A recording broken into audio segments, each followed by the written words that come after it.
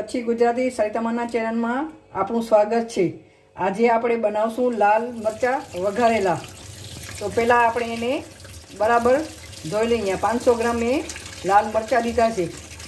એને કેવી રીતે નવી ટ્રીકથી કેવી રીતે વઘારશું તે હું તમને જણાવીશ। આવી ધોઈ કરી અને આપણે એને બરાબર કોરા થવા ધોઈને કોરા કરી લીધા છે। હવે આ પાછળનો ભાગ આપણે આમાં કટ લગાવી કાઢી લઈએ। આવી રીતે બધા પાછળનો ભાગ આવી રીતે બધા ભાગ કાઢી લીધા છે। હવે આપણે આમ વચ્ચેથી આમ કટ લગાવવાનું અને એના બી કાઢી નાખવાના। આવી રીતે બધા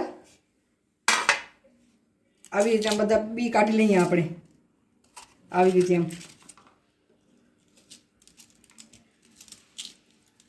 મરચાંમાંથી બી કાઢી નાખ્યા છે। હવે આપણે નાના નાના કટ લગાવી લઈએ। આવી રીતે બધા કટ લગાવી લઈએ। મરચાંને આપણે કટ લગાવી લીધા છે। હવે વઘારીએ આપણે। હવે તપેલી ગરમ થઈ ગઈ છે।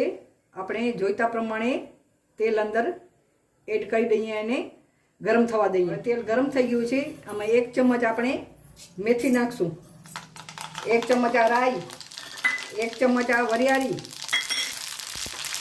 અને 1 ચમચ હિંગ, 1 ચમચ હળદર। હવે અંદર મરચાં આપણે એડ કરી દઈએ ને આવી રીતે હલાવવાનું અને સ્વાદ પ્રમાણે સેંધવ મીઠું અને આનો 1 ચમચ જેટલું આ નોર્મલ મીઠું આમ નાખી અને બરાબર એને તેલમાં સાંતળી લેવાના। આવી રીતે આમ 2 મિનિટ સુધી આપણે આમ હલાવતા રહેવાનું।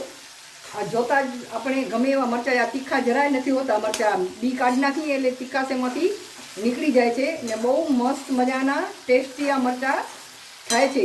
આ આપણે રોટલી જોડે, પરોઠા જોડે, ખીચડી જોડે અને દાળ ભાત શાક રોટલી આખા ભાડા જોડે પણ આપણે આ ખાઈ શકીએ છીએ અને એનો આનંદ માણી શકીએ છીએ। આ નાના છોકરા પણ ખાઈ શકે છે। આ મરચાં બહુ જ ટેસ્ટી લાગે છે।